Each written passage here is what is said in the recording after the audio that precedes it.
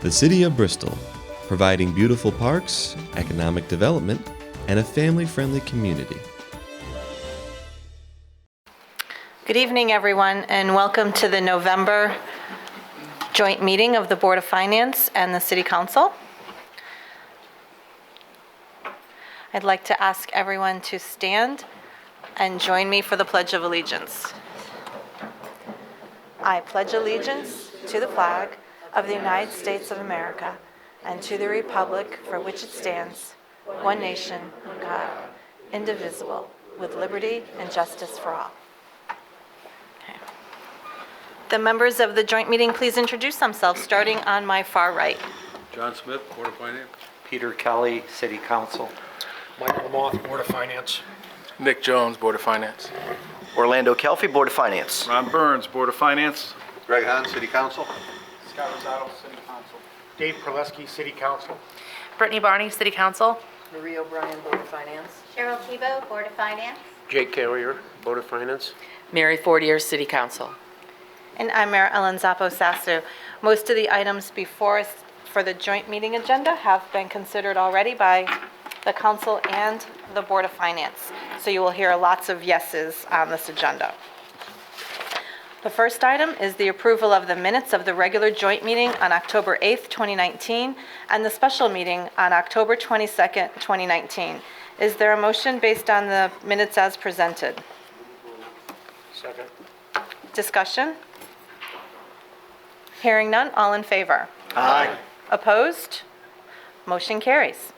Item 2 is the consent agenda for items A through J. Are there any members that would like to pull any of these items off for further clarification or discussion? Hearing none, is there a motion for the consent calendar? Second. Any discussion? Hearing none, all in favor? Aye. Opposed? Motion carries. Item 3 is to transfer $14,321 from the general fund contingency account to operating transfers out for special revenue. Second. Any discussion? Hearing none, all in favor? Aye. Opposed? Motion carries. Item 4 is to make an additional appropriation of $28,642 within the Special Grants and Donations Fund for the 2019 Bulletproof Vest Partnership Grant. Move approval. Second. Discussion on the motion? Hearing none, all in favor? Aye. Opposed? Motion carries. Item 5 is to transfer $13,470 from the general fund contingency account to operating transfers out special revenue. Discussion on the motion? Hearing none, all in favor? Aye. Opposed? Motion carries. Item 6 is to make an additional appropriation of $148,173 within the Special Grants and Donations Fund for the Assistance to Firefighters Grant. So moved. Second. Discussion on the motion? Hearing none, all in favor? Aye. Opposed? Motion carries. Item 7 is to make transfers totaling $305,360 within the Equipment Building Sinking Fund as of June 30th, 2019. So moved. Second. Discussion. Hearing none, all in favor? Aye. Opposed? Motion carries. Your Honor, who was the motion? Who made the motion? Thank you. Item 8 is to decrease appropriations totaling $62,078 within the Equipment Building Sinking Fund as of June 30th, 2019. Second. Discussion? Hearing none, all in favor? Aye. Opposed? Motion carries. Item 9 is to make transfers totaling $287,781 within the Capital Projects Fund as of June 30th, 2019. Move approval. Discussion.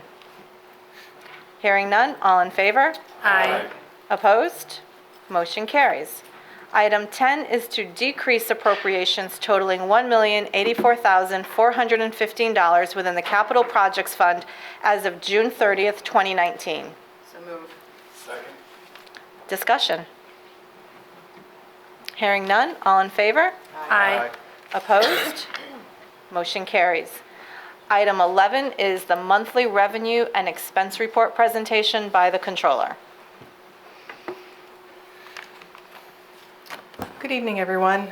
This will be actually a pretty short report, not too much to report with the end of 4 months through the end of the fiscal year. You have it in your report. Tax revenues are coming in as expected at this time and in line with budget. Prior year is a little bit higher than last year at this time. I've kind of gotten to looking at where we were last year at the same period of time.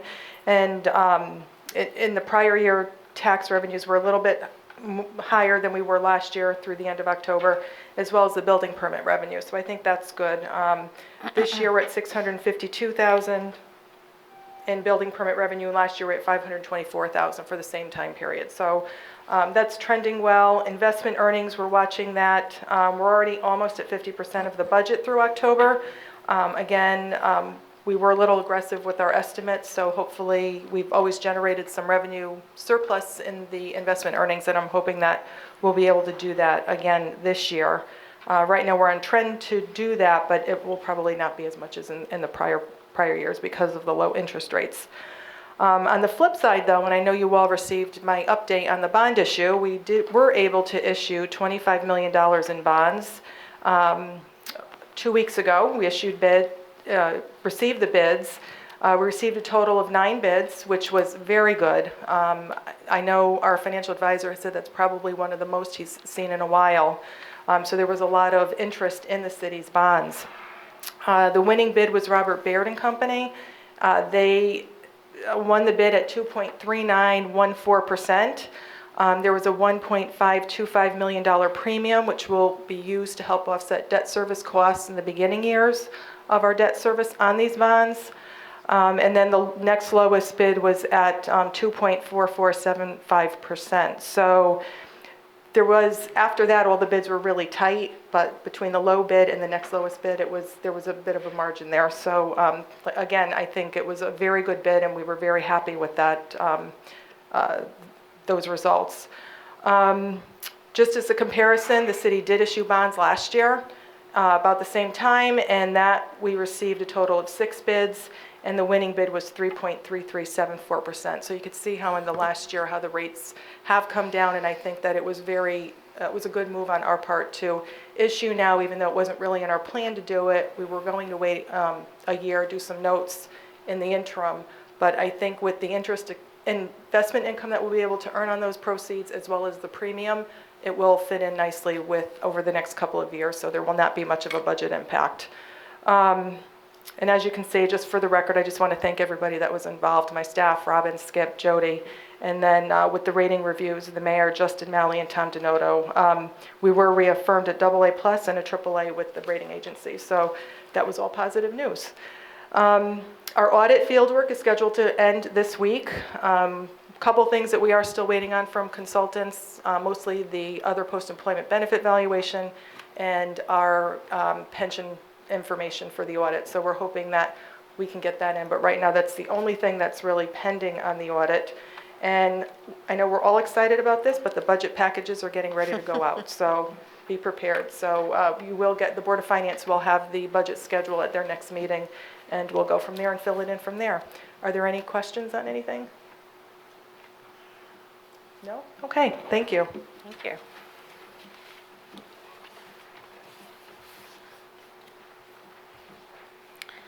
Okay, is there any other business? Hearing none, is there a motion to adjourn? Second. Okay, all in favor? Aye. Opposed? Motion carries. We will adjourn the city council meeting at 7 o'clock, which is approximately 5 minutes from now. And for members of the Board of Finance, we have some refreshments out in the hallway that were left over from last night's inauguration. Feel free to help yourself on whether you're staying for the meeting or on your way out. Okay, welcome everyone to the November regular city council meeting. I'd like to ask those that are able to stand and join us in the Pledge of Allegiance to open our meeting. I pledge allegiance to the flag of the United States of America and to the republic for which it stands, one nation, under God, indivisible, with liberty and justice for all. The members of the City Council, please introduce themselves, starting on my far right. Peter Kelly, 2nd District. Greg Hahn, First District. Scott Rosado, District 1. Dave Perleski, District 2. Brittany Barney, District 3. Mary Fortier, District 3. And I'm Mayor Ellen Zappo Sasu. The first item on our agenda is a moment of reflection, and I would like to just take a moment in reflection of the current military serving overseas and in reserves, as well as in memorial for Veterans Day that we celebrated yesterday for all of the Bristol veterans who are no longer with us.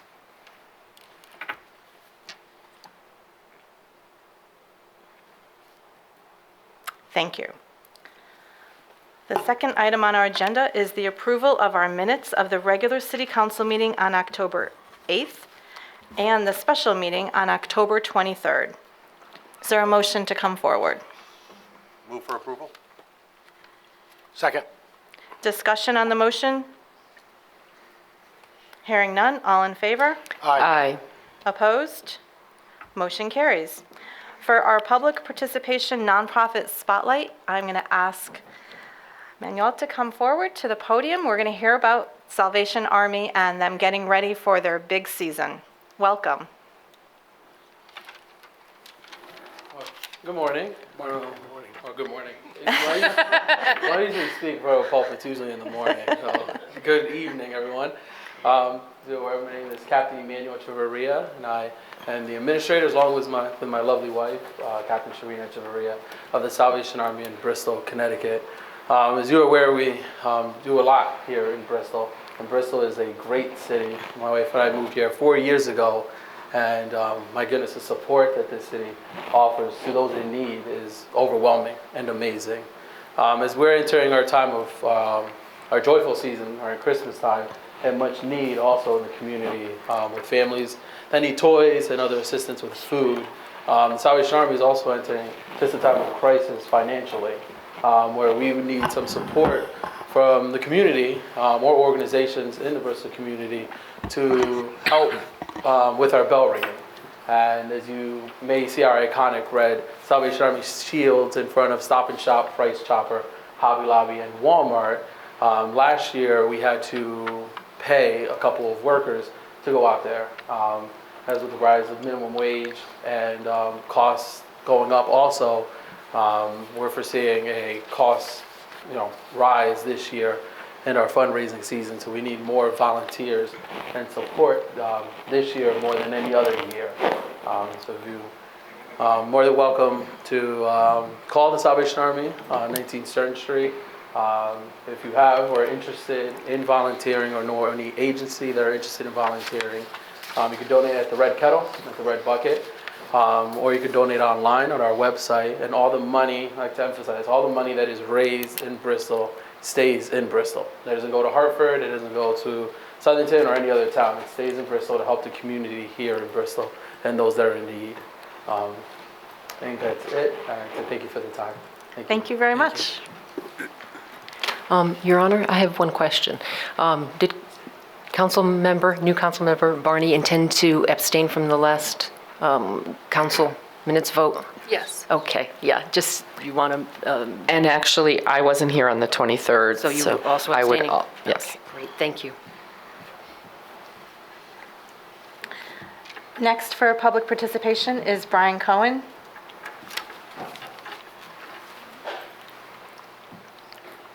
How you doing there, guys? Good evening. I guess that's a blue wave, right? Congratulations. Thank you. During the election, I asked you guys to answer a question, or some of you, about whether or not you would provide false information about another person to law enforcement. 10 out of 10 answered, and that was part of a display that I had out in Mansfield. And I consider Bristol just one of 169 cities and towns. You guys have a really cool city, I do believe this. And it made me feel really good to see parents go with their kids up to that display, read what you guys wrote, and impart those positive thoughts to their kids. I think that for the last few years, we're doing a documentary, as you well know, but there's a lot of dirt in our politics, and you got to start at the bottom to build it back up. And such a simple question about whether or not you would lie is not always an easy thing to answer, especially if you're one who lies. So that was it. I just have one other question. I see Chief Gould's here. If, let's say, Councilperson Rosado, if I went to Chief Gould and said that you, although I can't remember when or where, whether it's at my home or my office, but this guy, Chief Gould, he came and wanted to be business partners with me. He did this several times, this gentleman here. And I had to politely decline Mr. Rosado's overtures. We both know that's a lie. But how would you feel if I said that about you? Would you not have the urge to say that's not truthful? So we're not going to entertain hypotheticals for our meeting, but we understand where you're going, and we're glad that your display was a success. All right. Well, I thank you for your time, but now you have an idea. Thank you. Thank you. Next on the agenda is Debbie Scher from Pilgrim talking about the Holiday Showcase of Stars. Thank you, everyone. Congratulations, everyone. Thank you. I'm here just to give you a brief reminder about the 16th Annual Holiday Showcase of Stars. It's a group of people that came together from St. Anthony's Church. They were volunteers, alumni, and parishioners, came together to try to figure out a way that would be entertaining and fun to raise money for Catholic schools. Then when St. Anthony's School closed 4 years ago, we turned our sights on the remaining Catholic schools in Bristol, which would be St. Matthew's and St. Joseph. And so over the past 15 years, we've raised over $115,000 for Catholic education in Bristol. 100% of our proceeds from the show go to St. Matthew's and St. Joseph's. And that money comes from the ad program book, ticket sales, and raffle sales. Also, it comes from the cast and crew who very generously donate time, love, and money to make this show a success.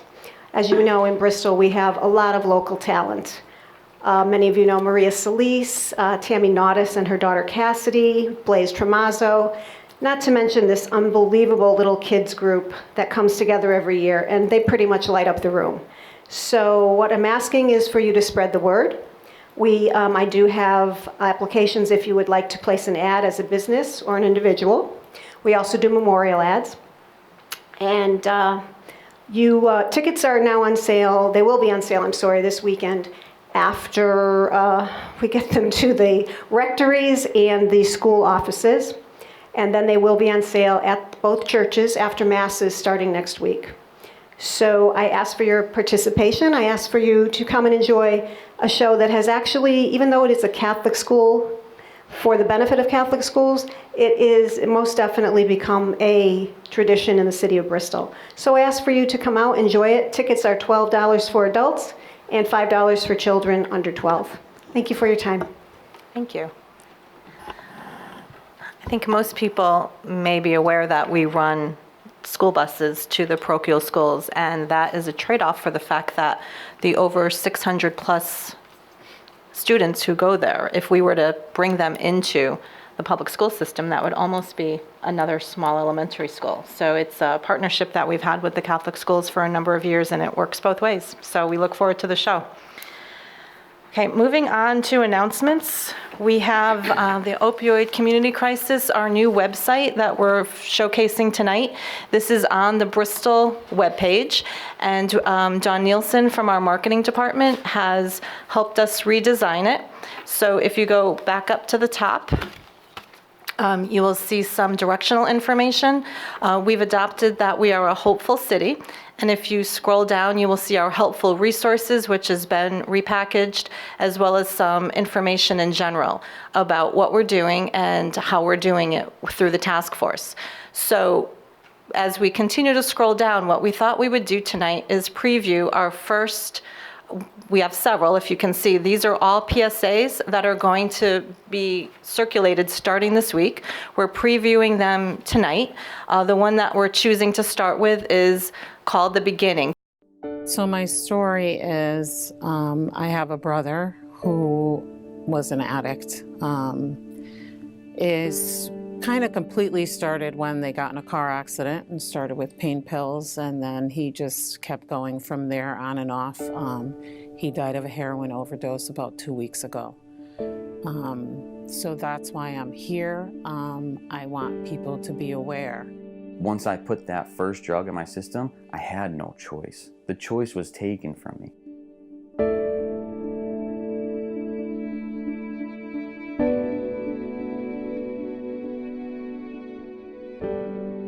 Perhaps there was some peer pressure, that got involved, and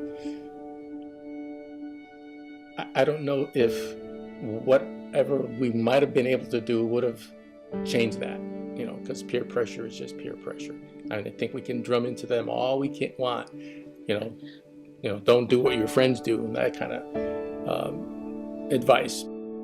And I always looked up to the kid and everything, and I thought he was cool. And on the way to school one day, they were smoking weed. And I was, for some reason, I thought, hey, I don't know, I thought it was cool to try. And that just kind of took off. First memories go back into high school when I used to drink, and sometimes it was blackout drinking. And that's, I think, where the seed originally was planted. And I had thought I had found this new thing for me. It was like this way that got me out of my shell. I was euphoric, I was happy, I had all this energy. I thought I had found something that was gonna save me, because I was always the type of person who didn't feel comfortable being around a lot of people. I think that some of the issues that surprised the task force the most were that there were people who simply had chronic pain or recovering from an injury such as a back surgery or some other type of motor vehicle accident that were prescribed painkillers. At that point, they became addicted. Patients who were initially prescribed opioids for a painful condition such as a broken arm, but when the arm heals, that addiction has already established, and so they continue to take the opioid medications. My doctors started prescribing the pain meds because I have chronic pain in my back and my spine and stuff like that. And I remember nobody really knew back then what painkillers were. There was no information on addiction, at least to my knowledge. We didn't know anything.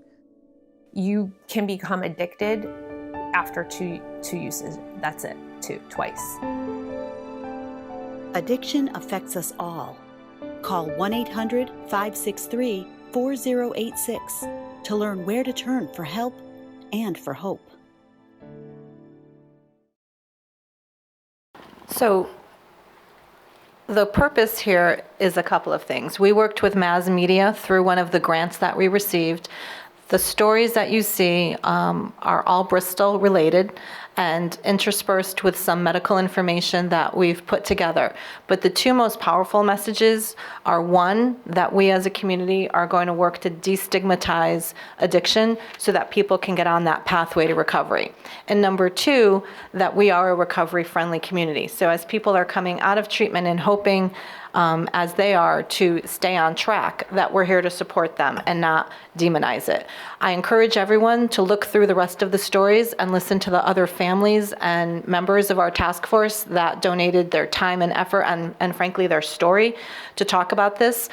Bristol Hospital and Wheeler Clinic are our partners with this, and we're working as a volunteer commission in order to spread that message. We'll be putting these PSAs out in a variety of different formats, and they're all available and are able to be shared off of the city website. And we encourage anyone who is interested and able to help spread that message to do so.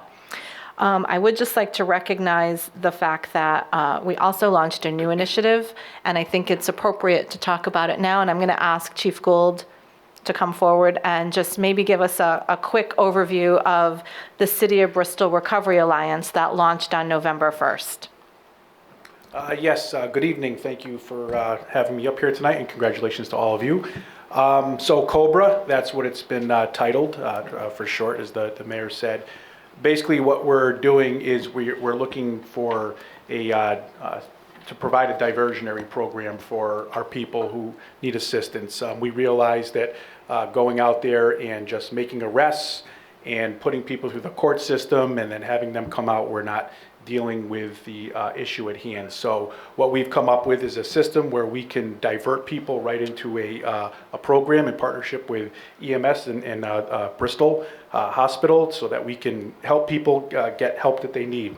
Bottom line is this: our officers come across somebody, or somebody walks into the police department, which is a safe zone, looking for assistance. They don't have to fear arrest. We will help them. We will get them right. We'll do what we call a warm handoff and get them right into a program. So I think it's going to be something that we can start to focus on helping our citizens here and those in need. So it's a great partnership, and looking forward to doing what we can to combat this crisis. Any questions? The other component is the partnership with Bristol Hospital. So when people present at the emergency room, there's another piece of the puzzle where there's recovery coaches that are now on hand, and they will work, whether it's a police transport or it's an ambulance transport, or someone walks in and asks for help, similar as if they were to do it in our front lobby, that the recovery coach is through a grant that Bristol Hospital has received, and Wheeler Clinic is also part of this as well. The process can start from there if they're willing to accept a treatment plan. And the recovery coaches will follow these people for a period, notwithstanding up for a year or so, to make sure that there's always someone that they can talk to as they start what we hope is a successful recovery journey. Okay, thank you. Thank you, Chief.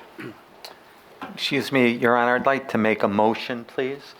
And it would be to bring the council assignments to the top of the agenda. And general appointments too? As well, yes, please. Okay. Is there a second to that motion? I'll second the motion. Okay. All right, we'll start with our regular appointments that are due. All in favor of moving the item up? Aye. Okay. Opposed? Motion carries. We only have a few. The first one is to reappoint Attorney Jeffrey Steig for a 2-year term to November of 2021. So moved. Second. Any discussion? Hearing none, all in favor? Aye. Opposed? Motion carries. The second appointment is to reappoint Wylendale Clift for a 2-year term to November of 2021. So moved. Second. All in favor? Aye. Opposed? Okay, congratulations. Thank you for serving in the Corporation Counsel's office as you've done for the last 2 years. Acting Mayor, to appoint Scott Rosato for a 3-month term. So moved. Did I forget to tell you that? Yeah. Okay. That is a mayor's appointment. That does not necessitate a confirming vote. And there's a whole bunch of people that are looking to get back to me on some of these pesky vacancies that we've had. Is Dawn Nielsen here? Okay, then we're going to appoint her to be Bristol's representative for a 3-year term to the Western Connecticut Convention and Visitors Bureau. So moved. Second. Discussion? Hearing none, all in favor? Aye. Opposed? Motion carries. And last, I'd like to appoint Renee Madison Singleton as a under 21 youth representative to the Bristol Youth Commission. So moved. Second. Discussion? Hearing none, all in favor? Aye. Opposed?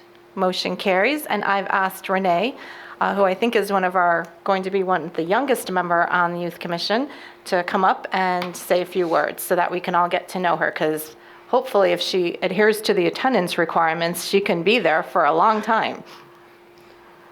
Thank you for this opportunity. I have been doing youth council for 2 years, learning about how the government works and learning about the city. I'm excited to be a part of the youth council and bringing the youth closer to the city. So thank you.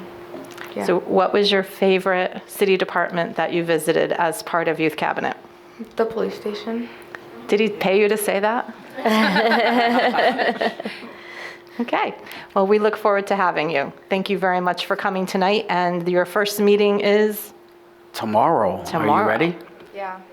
Okay. 6:15. Thanks, Renee. Okay. We believe we still have a vacancy on the Youth Commission. We're double checking the attendance records on that. I am still looking for an unaffiliated or Republican or independent voter to serve on the Building Code Board of Appeals. We have 2 vacancies on the Bristol Historic District Commission that also, one must be unaffiliated or Republican, and the other one I think might be able to be a Democratic one. And I am interviewing people for the Housing Code Appeals Board vacancy. And I think that's it for this month. I'm also interviewing people for the Zoning Board of Appeals, so we will have a replacement next month, hopefully, for that. In terms of the council assignments, there's been a few changes. I'm going to go through and list first the liaison non-voting positions for all of our boards. For the Board of Park Commissioners, it will remain Councilman Rosado. For the Housing Authority of Bristol, our liaison will be Brittany Barney. For the Commission on Aging, Councilman Rosado. Board of Library Directors, this is a new one. Councilwoman Barney will take over from Councilman Kelly. Board of Water Commissioners will remain Councilwoman Fortier, as will the Human Resource Agency liaison position. Human Resources Agency took over the BCO functions and represents Bristol in that capacity. Board of Education will remain Councilman Kelly, and the Commission on Disabilities will remain Councilwoman Fortier. I will continue to be the liaison to the Mayor's Task Force on AIDS because they meet early in the morning. And Councilwoman Barney will take over the City Cemetery Commission. I will remain as Bristol-Burlington Health District because that is also an early meeting. And Councilman Hahn will stay on as the liaison to the City Energy Commission. Councilman Rosado will continue on with the Diversity Council. Councilman Hahn will continue on with the Arts and Culture Commission. Councilwoman Fortier and Councilman Rosado will help me with the Mayor's Task Force on Opioids. And a courtesy liaison is to the Bristol Veterans Council.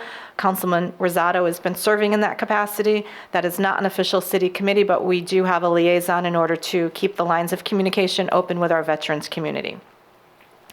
Mayor's appointments that do not require confirming votes.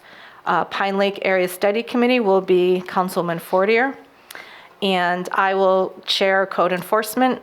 And if a council member would like to join, that is a 9 o'clock meeting, which is, I know, complicated for some of you, but that one is still open. At this point, I am going to ask for a motion to disband the marketing committee. It has fulfilled its job in setting up and putting into place our marketing efforts. So that will come off of the list. And just so that it could be put in our minutes as an action taken, I would just like to ask for a vote to disband.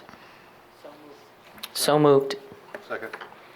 Any discussion? I have notified the committee today, and we will have some general oversight on marketing functions come under the BDA board, but for the overall dissolution of the committee, I think that they have completed their task. If there's no other discussion, all in favor? Aye. Opposed? Motion carries. And if you'll notice, I did not fill the council liaison position to the Hoppers Birch Pond Committee because that committee has voted to be folded into the parks, and they will cease to operate as an independent committee in January. So that will also come under the auspices of the parks. Moving on to membership on boards, so council members who will have voting authority. I'm appointing Dave Proleski to the Bristol Development Authority. Brittany Barney to the Board of Fire Commissioners. Scott Rosado will remain on the Board of Police Commissioners. The Board of Public Works will be Mary Fortier, Gregory Hahn, and Peter Kelly. Retirement Board will be David Proleski. Transportation Committee, which meets quarterly, will be Mary Fortier. Youth Commission is Scott Rosado. The Memorial Boulevard School Building Committee will remain David Proleski. And then we also have 2 council members serving on school committees. Stafford School Roof Committee will remain Councilman Fortier, and Dave Proleski is on the South Side HVAC Committee.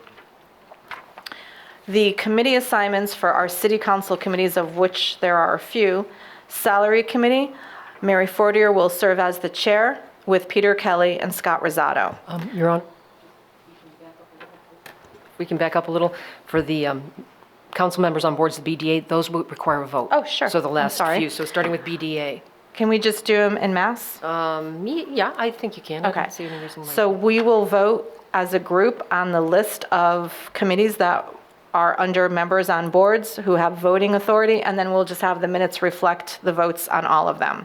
Is there a motion to approve the members on boards as presented? So moved. Second. Discussion? Hearing none, all in favor? Aye. Opposed? Motion carries. Therese, do the city council committees also require a confirming vote? require no vote. No They vote. do not, okay. So Salary Committee, I'll just restate, Mary Fortier as chair, Peter Kelly and Scott Rosado as voting members. Ordinance Committee, David Proleski as chair with Gregory Hahn and Mary Fortier. Real Estate Committee, Gregory Hahn as chair, Brittany Barney and Peter Kelly as members. And on the Building Committee, Peter Kelly as chair, Greg Hahn and Brittany Barney as members. I serve as an ex officio member of all of the above stated committees. In case there is a need for a quorum, I can step in and serve on that board. 10-year Capital Improvement and Strategic Planning Committee will remain Mary Fortier, Peter Kelly, and David Proleski. And School Readiness, which is an integral part of the overall Board of Education plan, will remain Peter Kelly. And then we have a Public Hearing and Assessment Committee, which is a component of the Public Works Board, and that is composed of the members of the Public Works Board who are elected officials. We comprise that. So all of that stays the same. And that is the list for now. Are there any questions or concerns? I have given all of you a table chart showing the days. So if you see any inherent conflicts, please let me know, but I tried to streamline the schedule accordingly. And also, just as a note to any department heads who are here, and especially our legal staff, I am going to be making some suggestions about moving especially the city council committees around, as well as some of the major boards, in order to make it a more manageable schedule for both council members and staff, keeping in line the deadlines that we need to meet for council and Board of Finance. So I'll be putting those out to department heads and staff probably tomorrow. Okay. So with that done, we can go back up to the regular portion of our agenda, and we are now at the consent calendar, which is item 5. We have items A through J. Are there any items on the calendar that anybody would like to call out or ask more information concerning them? Hearing none, is there a motion to come before us to approve the consent calendar for agenda items 5A through J? So moved. Second. Discussion? Hearing none, all in favor? Aye. Opposed? Motion carries. Moving on to reports and committee reports. We can start with item 6A, which is the Ordinance Committee report for sections 5-19 fees. Thank you, Your Honor. We have two motions presented by the Ordinance Committee tonight. The first is in regard to Section 5-19. I hereby move that Section 5-19 fees of the Code of Ordinances for the City of Bristol, Connecticut, is hereby amended to, as presented, as follows. I further move that the city clerk publish said amendments and additions to the Code of Ordinances, and that they become effective upon the expiration of 14 days from their date of publication in a newspaper of general circulation in the City of Bristol.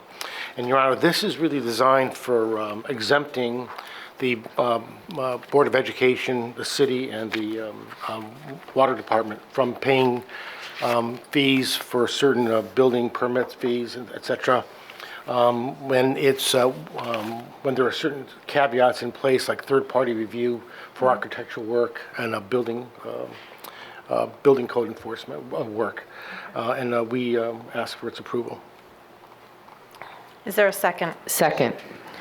Discussion and questions concerning Section 5-19? Hearing none, all in favor? Aye. Opposed? Motion carries. Thank you, Your Honor. The next is also from the Ordinance Committee, and it is hereby moved that Section 23-5, Ordinance Enforcement's Penalties for Offenses of the Code of Ordinances of the City of Bristol, is hereby amended as presented. I further move that the city clerk publish said amendments and additions to the Code of Ordinances, and that they become effective upon the expiration of 14 days from the date of their publication in a newspaper of general circulation in the City of Bristol. And Your Honor, what this does is codifies what we're doing in terms of penalties and fees for that are enforceable by citations, and we're adding administrative fees and penalties for noncompliance and default. Good. Okay. Is there a second? Second. Any discussion on ordinance section 23-5, penalties? Hearing none, all in favor? Aye. Aye. Opposed? Motion carries. 6C, report from the Real Estate Committee. Yes, Your Honor, I have a motion. Yes. I hereby move that the City of Bristol approve the discontinuance of Newell Road, approximately 170 linear feet from the eastern edge of Goodwin Street, 53 feet in width and running from western end of Goodwin Street easterly approximately 170 feet into the lot known as Map 25A, Lot 214, or 41 Brewster Road. Said discontinuance shall also include the discontinuance of the existing easement located east and south of Newell Road that encumbers the previously discounted sections of Newell Road. The referenced easement is approximately 53 feet in width and extends in an easterly and southerly direction from Newell Road terminus approximately 450 feet. A 10-foot wide easement associated with the storm drainage conveying flows from Carlton shall be retained. I hereby further move that the mayor or acting mayor be authorized to sign and execute any documentation to effectuate this transaction. And Your Honor, this is in response to Bristol Hospital being able to create an addition to their emergency room and adding a loading area, access, and additional parking. Is there a second for discussion purposes? Second? Second. Okay. I know that we've had some constituent issues. Did you want to ask the question about the eventual traffic pattern?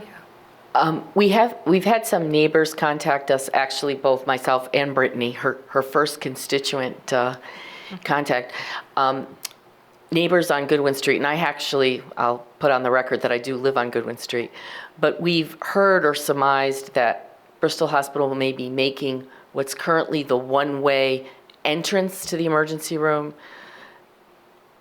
that they're going to discontinue the portion of the hill where you would go down and out of the emergency room and make what is currently Newell Road a two-way street, and that neighbors are concerned that that will be confusing to people, that could cause an accident if someone's leaving the emergency room after they got their stitches and ambulances are coming in there. So they're just concerned about that, and I haven't seen the plans, so I'm just bringing it out as a topic and a concern of neighbors. Ray, do you remember the rendering that came through for site plan and whether it's turning into two ways? And I know it's not necessarily relevant to the discontinuance, but I think it's good to get it on the record. There's the current proposal does have, a traffic pattern which consists of, certainly, one-way access and then there is, parking, and there would be a exit out onto, Goodwin, Street under the current proposal. I would say that the, zoning, meeting is, actually tomorrow night, and I would encourage all, residents that are, interested and want to participate in the process, to that parking area is less than what it is now. We'll also work land use staff is working with the applicant even with respect to the traffic pattern. Currently, they it's indicated that they're not going to access the parking area essentially to the south, but there is a potential discussion associated with opening up that they that existing curb cut to access out to Brewster Road area. Okay. So the zoning commission is taking up the site plan tomorrow night? Yes. Okay. So, and you've already instructed them and they are aware of that meeting, right? Yes. Okay. She'll be attending, yeah. Okay, great. Thank you very much. Any further comments or concerns about the motion as presented and seconded? Hearing none, all in favor? Aye. Opposed? Motion carries. Okay. Is there any other item from real estate, or is that complete? That's complete. Okay. Thank you. So the next item is D, the report from the Memorial Boulevard Building Committee.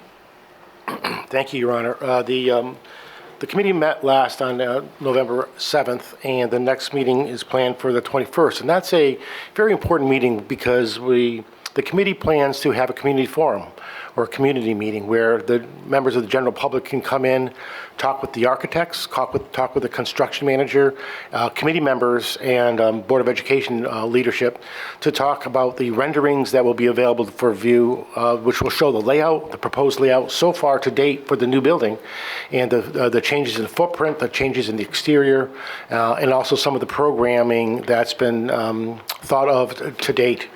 So that's the 21st of November, 6:30 at the Board of Education in the auditorium. I would encourage anyone, and there's been a great deal of interest in the last month or so, anyone who's really interested in taking a look at what the new building will look like and talk about some of the programming, I would encourage you to go. It should be a very informative session, and all the right people will be in the room to answer all of your questions. As far as the committee work, they're resizing the building. They're doing a lot of things to make sure programming works and trying to make some adjustments to sharpen the pencil, if you will.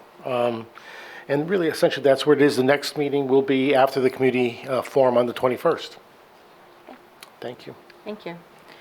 Starting on my far right for committee reports, Councilman Kelly. Yes, Your Honor. I have a school readiness couple announcements and just like to share an article, just a synopsis of it. The Bristol Board of Ed has 10 openings for part-day, part-time spaces available in the school readiness program for 3- and 4-year-old children. And this is a subsidized fee program.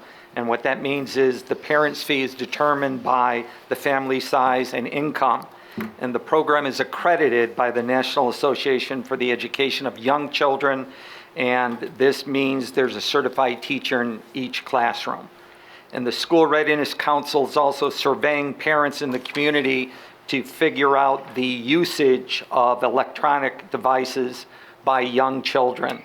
And they're working with stockholders on getting grants that will focus on this and hopefully get into how it affects these children's brains. And I'd like to suggest that everyone get onto Facebook and look up an organization called Deep Roots. There's a very interesting, thought-provoking article which touches on why kids are impatient, bored, friendless, and entitled. So unfortunately, that seems to be prevalent with many children nowadays. And it basically covers 3 premises as to why this is. And they are, kids get everything they want when they want it. And children today are provided with endless fun. And kids know what they really want, but they lack the discipline to work hard to achieve these goals. And it also touches on what can be done to remedy this, but I'll not share that with you in hopes that you might read the article to find that out. Thank you. Thank you. Councilman Hahn. On the Arts and Culture Commission, I wanted to mention and congratulate the commission for their work on decorating the downtown electrical boxes over the last couple months. It's been a large effort, and as successful as we thought it was going to be, we didn't necessarily think we were going to get as much attention as we did. WFSB came down one day and just recorded them and mentioned on TV, on their news program, what a great idea this was. And what it contains are old postcards from Bristol, and then a postcard written from several citizens here in Bristol as a speak about their love and their history with Bristol. And on the day that we presented, each of those authors came to us from box to box and actually signed their name to the electrical box, and it was a nice day. So I encourage everybody to go out and take a look at the old pictures of Babe Ruth over at Muzzy Field, and and some of the downtown pictures. It's really quite something to see. So I want to congratulate them on that. But I also want to congratulate them on supporting Day 40 or on the writing workshop that was just completed last month. And then also, over the next year, this committee is really getting their feet on the ground, and there's a lot planned for the next year. So please keep an eye open on beautification of downtown and other programs that they're going to be putting in place. Thank you. Thank you. Councilman Rosado. Yes, I'd like to share with everyone my experience over this past weekend with the veterans. Our veterans in Bristol do a great job recognizing all those who served, have served, and the families that are supporting those that are serving. So my hat's off to the Bristol Veterans Council and all those involved, the schools that have acknowledged our veterans, and it was heartwarming for me. I am a veteran myself, to spend my Veterans Day as well as on inaugural night.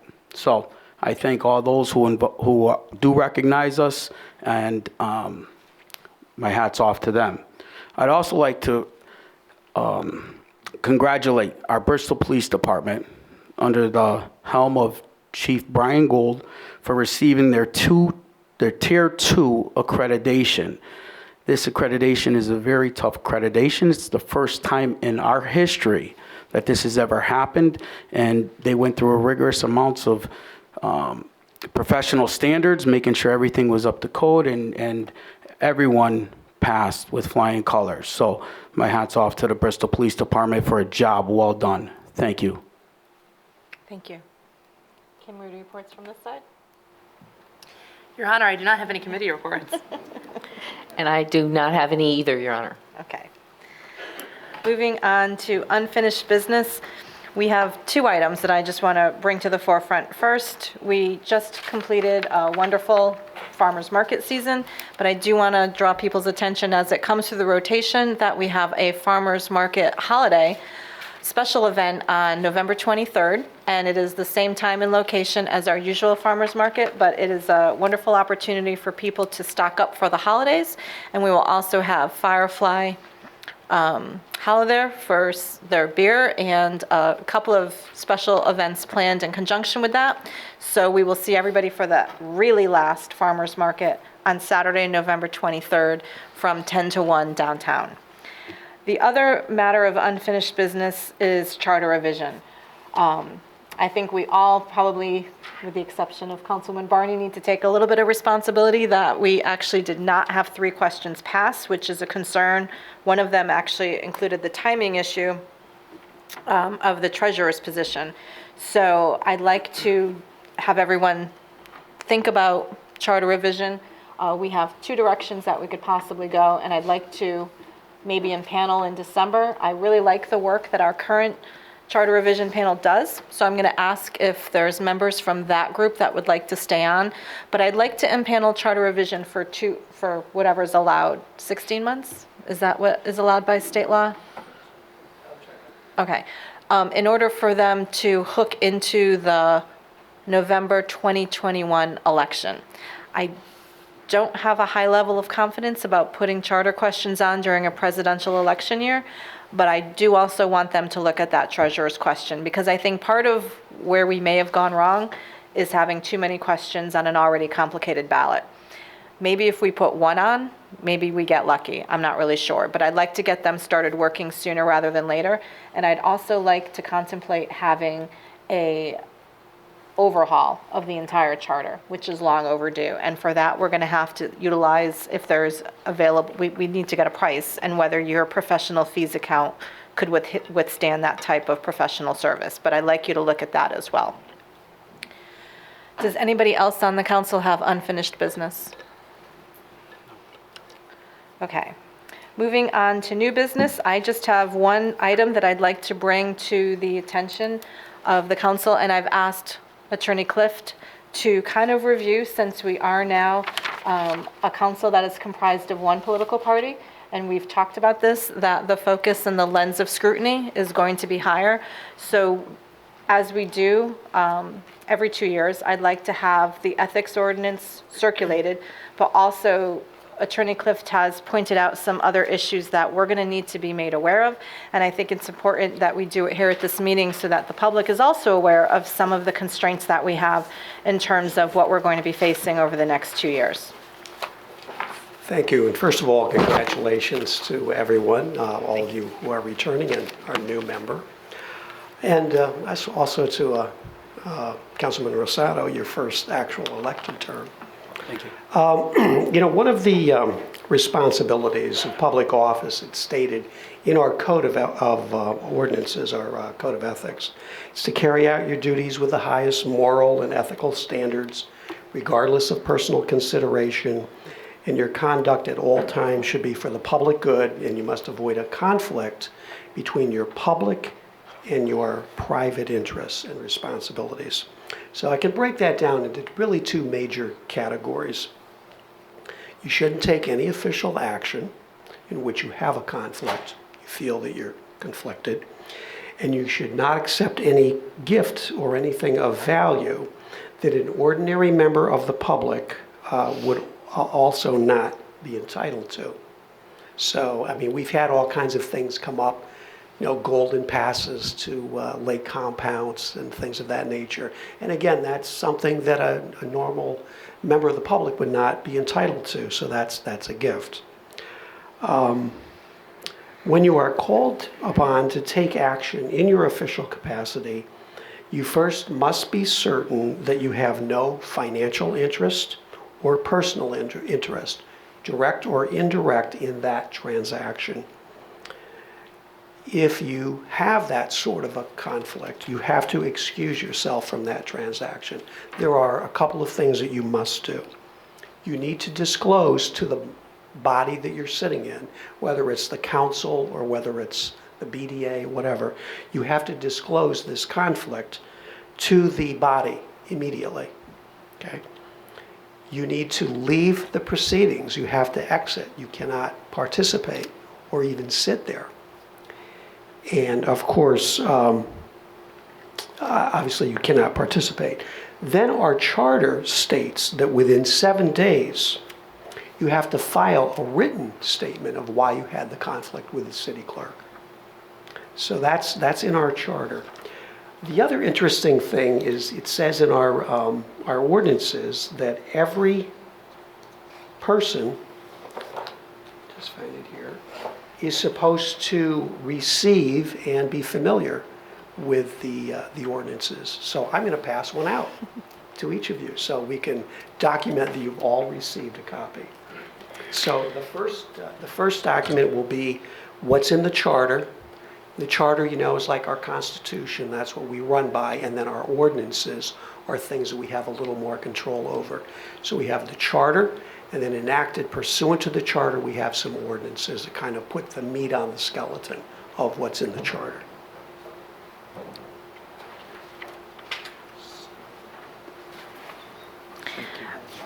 Are you also going to do a brief summary of the minority representation issue? Yes. Okay. Are you going to cover social events as well? Yes. Okay.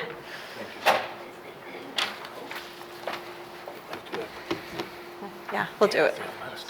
We'll do it. Yeah. Okay. We'll do that.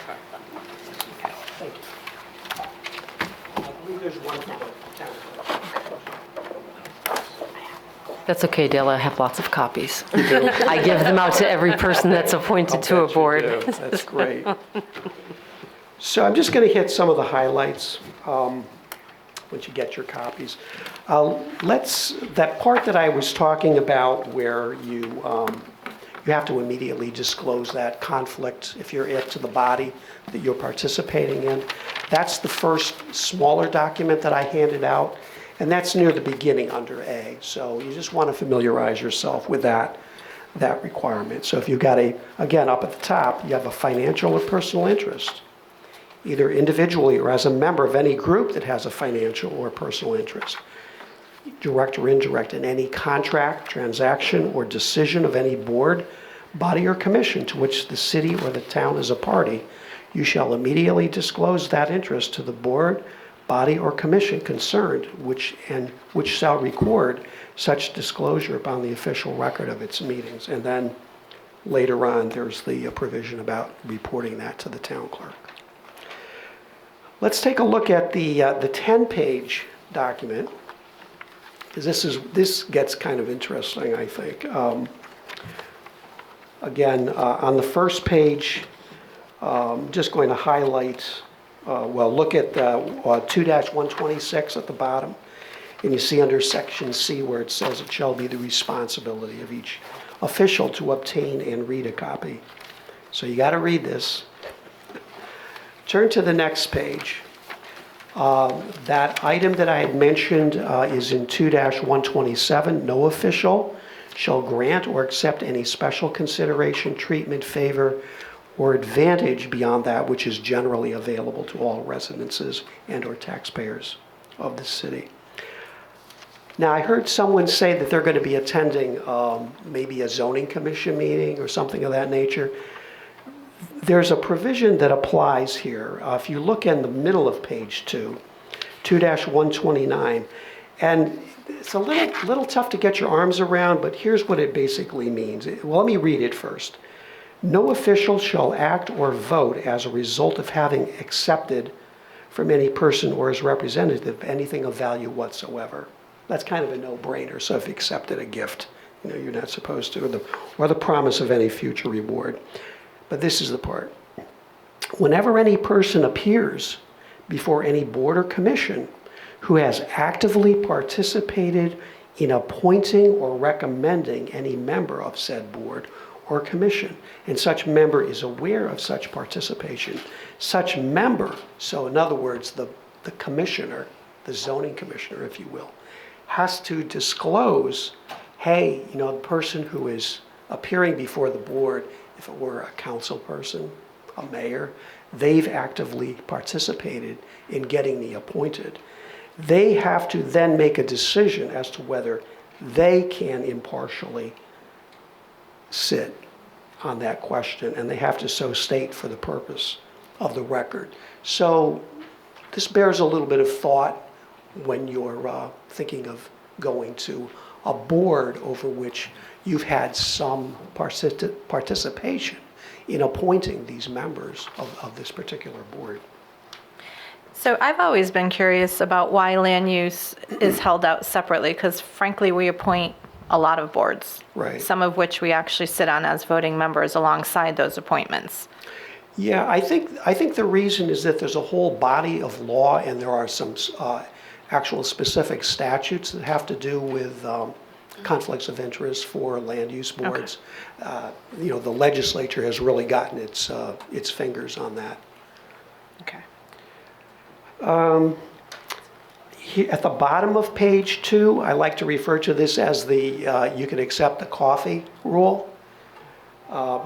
Again, no official can accept or solicit anything in value, but if you look at the very end, it said this section shall not apply to the receipt of any food or beverage or both consumed on a single occasion. So I don't know, if you're able to eat a whole box of donuts, maybe you can accept that, but at one sitting.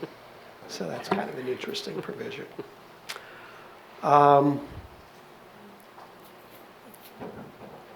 Again, at the top of page 3, it's sort of a repeat of what's in the charter. Now, if you are really in a quandary about, gee, do I have a conflict or not, you are allowed to request an advisory opinion from the ethics board. Is our ethics board up and running? Well, they haven't met in 2 years, but they are still. Okay, we have a constituted and they have board. been asked for opinions in my time on council. Okay. In other words, folks have approached them for advisory opinions. Okay. So the ethics board is one of those few boards where initially they conduct their deliberations in total secrecy. And even if a complaint should be lodged against one of you, I'm alleging that Councilman X has committed a violation of the Code of Ethics. For that to come out in public, the ethics board would have to take in that complaint and deliberate in complete and total confidentiality. And if and only if there was a finding of probable cause, like, yeah, this could be, would it then come out and it would be made public. So this is, I think, a good provision that it prevents a lot of frivolous complaints. I mean, you know, one's reputation could be sullied very easily by just some outlandish complaint made. So before it actually, oh, you know, the ethics board is considering an ethics complaint against so-and-so, they would have to first find that there was some probable cause. Okay. So I don't know, I think I've hit the highlights, Mayor, on that. I do want to get to the other question you had on I have one that flows from that. In terms of social events, I think you've covered that, but we often are at events or meetings. Well, that's kind all of an us. FOI thing, too. Right. So in terms of the rule of thumb that we've employed, when there's been a quorum, which is 4 of us at any given point, is that there can be no discussion of agenda items or business, but we can discuss Red Sox, Yankees. We can stand in front of the DTC, Democratic Town Committee, and give monthly reports about what we're doing on council and what some of the upcoming issues are. But there just can't be consensus conversation concerning action items or. Right. Right. Okay. Yeah, I mean, it goes without question that, you know, you folks are going to you're going to meet each other socially, and that's not a problem, even if it should happen to constitute a quorum. If But it's a problem meeting. if 3 of us or 4 of us are standing in a corner deliberating an item that we voted on, discussed, or have upcoming. No city business. Right, and I think that this is a great time to also reinforce my major pet peeve, which is the meeting after the meeting. Yes, So- well, I'll talk about that. I'm ready for that one. Okay. One of the things that has been a problem since I've been back is, and look, I understand how it works, especially with the council committees. They're kind of informal. You know, there's only maybe 3 council people there. But it is a meeting. It is a meeting. It's under FOI. And there's a tape recorder going. There are notes being taken. There are minutes. And after the meeting ends, of course, maybe there's a few members of the public. And they quite naturally want to come up and keep talking about what just happened. Don't do it, all right? The meeting is over, go home, and don't talk about it, because that would be an illegal continuation of the meeting. And we've had issues with that. We've been brought up before the Freedom of Information Commission in the past, and I really would warn against that. So it's very easy to slip into, but just try to remember at the end of the meeting, the tape goes off, the meeting is over. Okay, don't talk about the items. Talk about the Yankees if you want. The next question that I have actually relates to the letter that you issued today about minority party representation, so I'll hold that until you're done hitting the highlights of that. Attorney Steve wanted to remind me about one more thing, the emails. Well, yeah, that's the other thing too. We can't get around, just because there aren't 4 council people discussing something doesn't mean that there isn't a quorum. You cannot, for example, 1 or 2 of you discuss something with, you know, like Councilman A discusses or emails something to Councilwoman B, who then goes to Councilman C, and so on and so forth. You can actually, it's actually considered like a quorum of 1 almost, in that it is a meeting, a serial meeting, and that's not allowed under the Freedom of Information Commission. There is case law that prohibits that. So you're not home free because you're discussing business and there's only 2 of you. As a matter of fact, there can be 2 of you and you could constitute a committee, right? Because there are only 3 members of a committee, and you would have a quorum. But I'm just saying, discussing council business. Now, that does not, there is a big exception, and that's the caucus, that's the party caucus, as long as there are no other individuals not in the caucus. They're allowed to have discussions without it being under FOI. So how we've been handling this over the last 2 years is that I will send out an update on a particular issue, but nobody responds. So it's a Right. receipt of information without any type of round robin discussion. Even if it's, oh, that's great, or I disagree, or can you give me more information? We don't do that. It's just receipt of update information. It's no different than sending out additional items for an Right. agenda, I would think. Okay, so as long as we're not having email Discussions conversations and and discussions. formulating positions. Right. And then, the decisions are already made and you come to a meeting and it's just Right. window dressing. That's what you want to avoid. Okay, all right, so, I'm sorry. Please. Oh. No, that's okay. Did I cover that, guys? Hold on. Okay. Through the chair, let's speak for the members. Let's be clear on something, Attorney Cliff, because this happens all the time, right? I'll give you an exact example. A hypothetical, Dave. No, this is okay. A true to life hypothetical, all right? Spoken like a lawyer. Well, it is what it is. Last term, I was chair of real estate, right? We've had some matters during our sessions where we had a number of people from the general public come and attend. I would get an email from one of the presenters, okay, and I would take that email because I was the only person on that email chain, and I would give it to our counsel, Attorney Stieg, and other members of the committee. Now, based on what you just said, that is sharing of information. Yeah. But is it permittable? Yes, I would think in that case. But if you're entering into a colloquy about, hey, I just got this from so-and-so, what do you think? And now you're having a back and forth, that's what we want to avoid. Members of a committee oftentimes discuss issues without, we share information and share experiences. Yeah, but how do you discriminate? The public's business is supposed to be in public. So if you can, you got to save it for discussion in the public, so it's on the record. Got it. And that's the goal we must all try to attain. It's not so easy. No, it's not easy. I understand that, but but we should try to attain that. Very helpful. Okay, should I go to the minority party representation? This is a situation where the last election, all members of the city council are now of the same party. So we've been fielding some questions about, well, whatever happened to the minority minority party representation rule. And I did a letter to the mayor, which will be available for all of you. But it's basically Connecticut General Statute, Section 9-167A, Paragraph A, Subparagraph 1, provides a maximum of how many members can be from one political party for any board, commission, legislative body, committee, or similar body of the state or any political subdivision, read Bristol, right, thereof, whether elective or appointed. Then the paragraph goes on to say, it actually provides a table, and it says, okay, you've got this many members, you can have only this many members from any one party.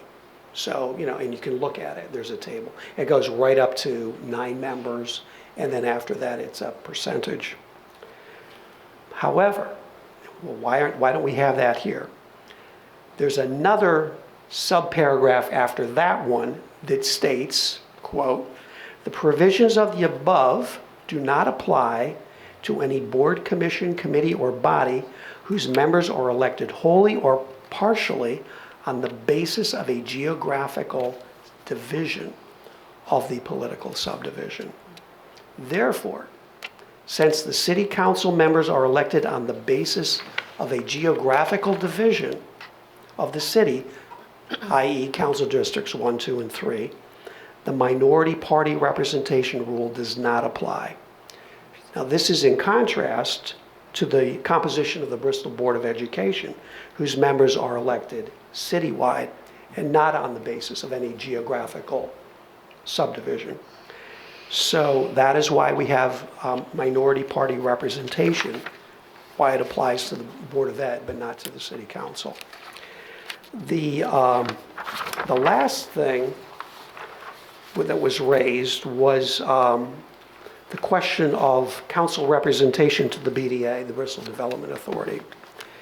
And it must have come up in the past because there is, in our ordinances, a section, it's entitled Partisan Representation. And it provides in part, again, this is applicable to the BDA. No more than 6 members of the Bristol Development Authority shall be members of the same political party. The mayor and councilperson who are members of the Bristol Development Authority shall not be from the same political party.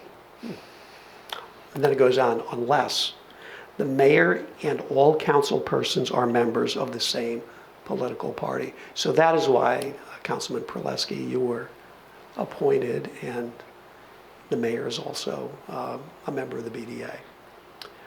That doesn't go to supersede the state law, however. It's not, the membership of the BDA is not based on geographical division. So we still have it, we can't override that minority party representation rule, but we had in our ordinance that we had to have the mayor and then the council representative from different political parties.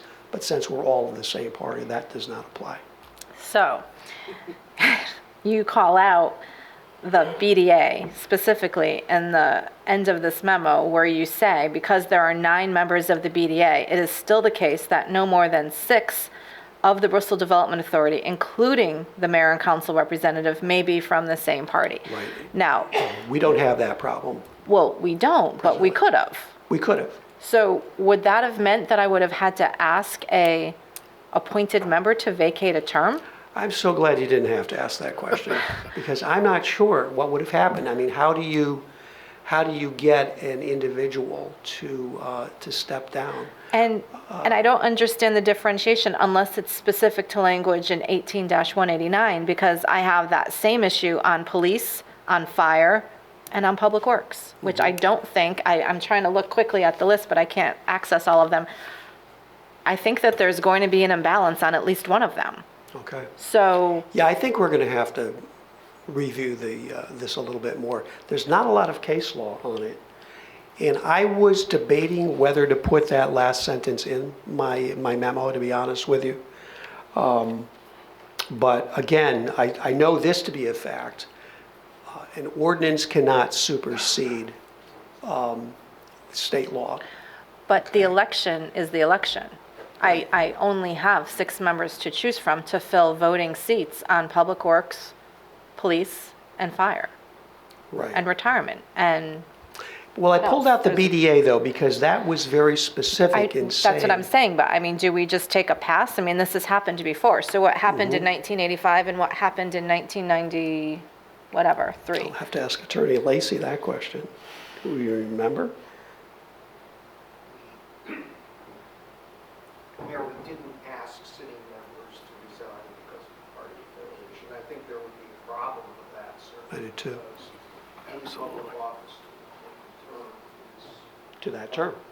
Yeah. and I think that would face a lot of challenge. Right.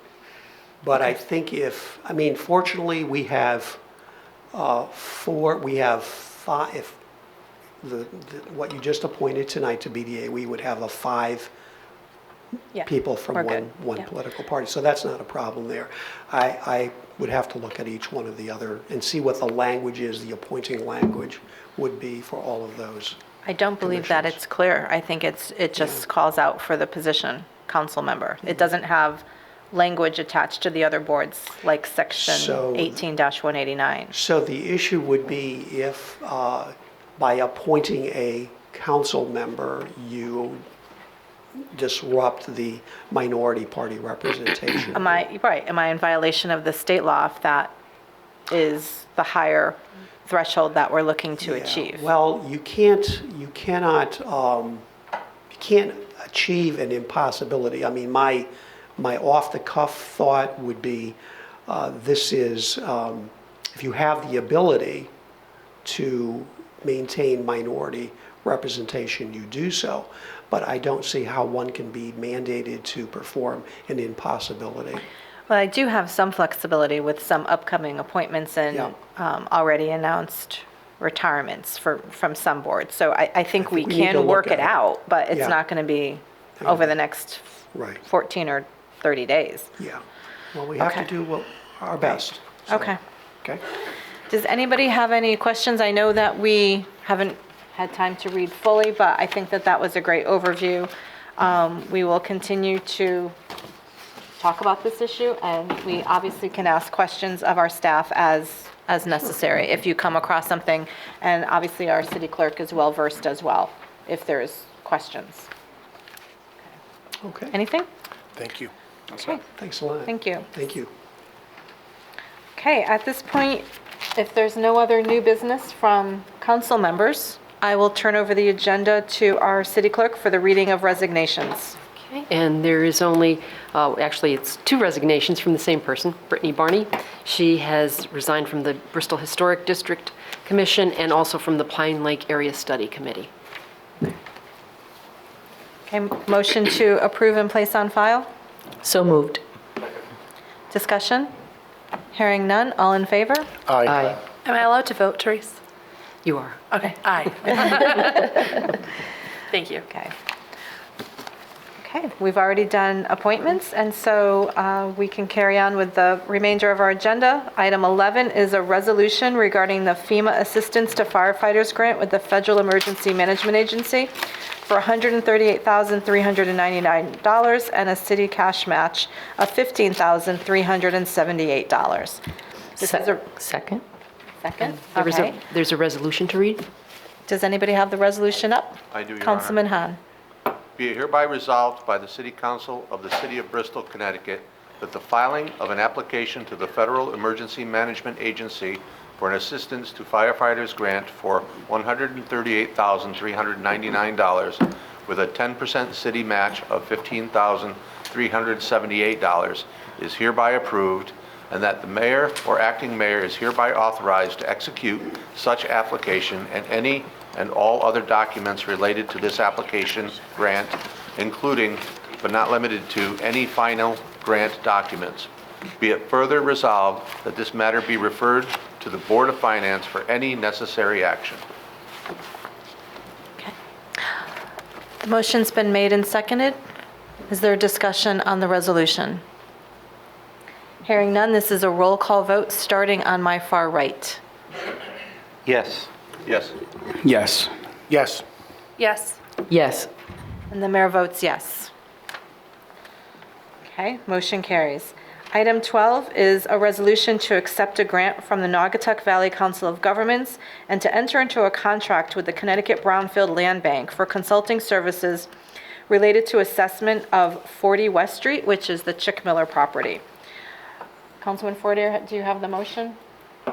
The resolution? I do. Okay. I hereby make a motion to approve the submission of a grant application and authorize the mayor or acting mayor to sign any and all documents relating to the acceptance of up to $50,000 of grant funding, including a required 10% local match of up to $5,000 from the United States Environmental Protection Agency via the Naugatuck Valley Council of Governments and Connecticut Brownfield Land Bank, Inc., and including but not limited to an access agreement authorizing the Connecticut Brownfield Land Bank, Inc.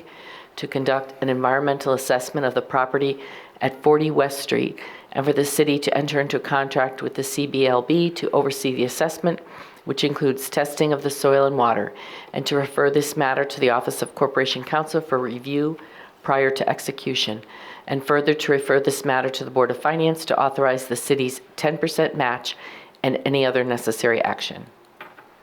Is there a second? I'll second. So this is an important economic development partnership where we're trying to move the Chick Miller property along. As many of you know, it's been an eyesore for many years. We have a proposed development plan there, but their phase 1 and phase 2 are outdated and cannot be used. So from an environmental assessment standpoint, we are working with Naugatuck Valley, which had grant money that will come through to the city, and they will be helping to pay for those new reports. I hope I codified that. Justin, is there anything you want to add, or Don? Okay. Is there any questions or concerns? This is a resolution. We will start with a roll call vote on my far left. Yes. Yes. Yes. Yes. Yes. Yes. And the mayor votes yes. Motion passes. Moving on to the last item, resolution regarding the fiscal year 2020 Comprehensive DUI Enforcement Grant. Councilman Rosado, do you have a motion? Yes. Be it hereby resolved by the City Council of the City of Bristol, Connecticut, that the filing of a grant application under the State of Connecticut Department of Transportation Highway Safety Fiscal Year 2020 Comprehensive DUI Enforcement Grant is hereby approved, and that the Mayor Ellen Zoppo Sasu, or acting mayor, and the Chief of Police or acting Chief of Police are hereby authorized to execute such application and any and all other documents relating to this application, funding, grant, including but not limited to any final funding award grant documents. Be it further resolved that this matter to be referred to the Board of Finance for any necessary action. Second. Discussion on the resolution. Hearing none, we'll start with the roll call vote on my far right. Yes. Yes. Yes. Yes. Yes. Yes. The mayor votes yes. Motion carries. And any other business? Do any council members have any other business proper to come before our meeting? Hearing none, is there a motion to adjourn? So moved. Second. All in favor? Aye. Opposed? Motion carries. Thank you, everyone.